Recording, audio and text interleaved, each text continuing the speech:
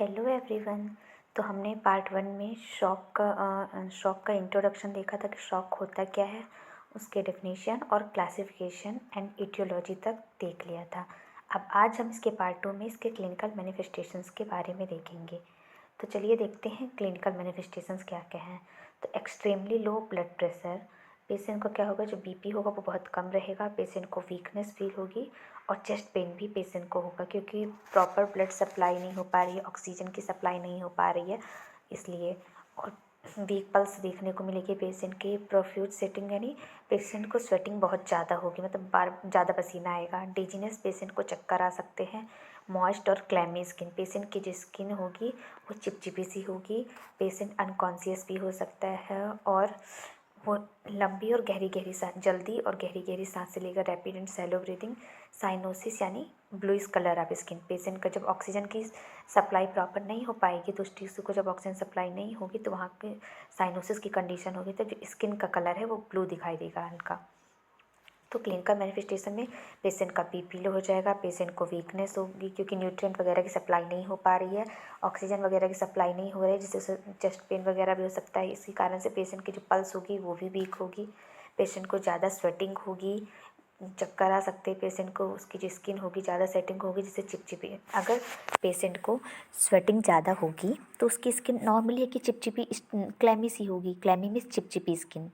Unconscious हो सकता है पेशेंट, और पेशेंट ब्रीदिंग कैसे करेगा, रैपिड एंड स्लो, मतलब जल्दी जल्दी और गहरी सांसें भरेगा। Cyanosis means oxygen supply sufficient नहीं है तो स्किन स्किन का कलर है वो ब्लूइश हो जाएगा। उसके बाद हम देखेंगे डायग्नोस्टिक इवैल्यूएशन क्या क्या है। तो सबसे पहले हमें हिस्ट्री कलेक्शन करना है, कंप्लीट हिस्ट्री कलेक्शन करेंगे हम पेशेंट की, और फिर पेशेंट का फिजिकल एग्जामिनेशन करेंगे हेड टू टो, उससे पता चल जाएगा जैसे कि head to toe physical examination, तो ये साइनोसिस वगैरह की कंडीशन, ये मॉइस्ट क्लैमी स्किन, ये सारी चीज़ें हमको पता चल जाएंगी, देखने को मिलेंगी। ब्लड कल्चर और सेंसिटिविटी टेस्ट करेंगे हम।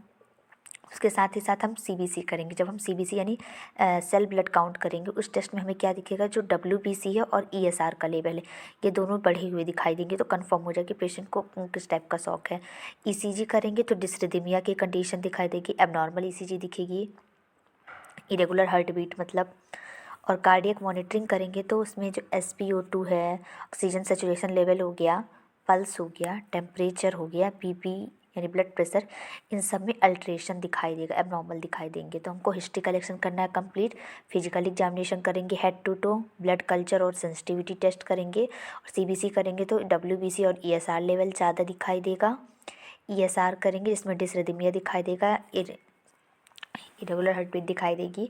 कार्डियक मॉनिटरिंग करेंगे जब हम पेशेंट का ऑक्सीजन सेचुरेशन लेवल या पल्स या टेम्परेचर या बीपी चेक करेंगे, तो इसमें भी हमको अल्ट्रेशन देखने को मिलेगा। बीपी क्या होगी, बीपी पेशेंट की लो होगी, जो अपन ने क्लिनिकल मैनिफेस्टेशन में ऑलरेडी पढ़ लिया था। पल्स कैसी होगी, पल्स भी वीक होगी। और ऑक्सीजन सेचुरेशन लेवल तो नॉर्मली पता ही है कि कम ही होगा, लो होगा, क्योंकि ऑक्सीजन की सप्लाई तो सफिशिएंट नहीं हो पा रही, इसके कारण भी। और पेशेंट टेम्परेचर यानी हाइपोथर्मिया में मोस्टली जा सकते हैं क्योंकि एक्सेसिव स्वेटिंग हो रही है तो उसके कारण भी। तो ये पेशेंट में जो शॉक का पेशेंट होगा उसमें कि ये क्लिनिकल मैनिफेस्टेशंस देखने को मिलेंगे। और जब ये क्लिनिकल मैनिफेस्टेशंस देखेंगे तो इन चीज़ों से हम, इन डायग्नोस्टिक इवैल्यूएशन से हम कौन से टाइप का शॉक है ये कंफर्म कर पाएंगे।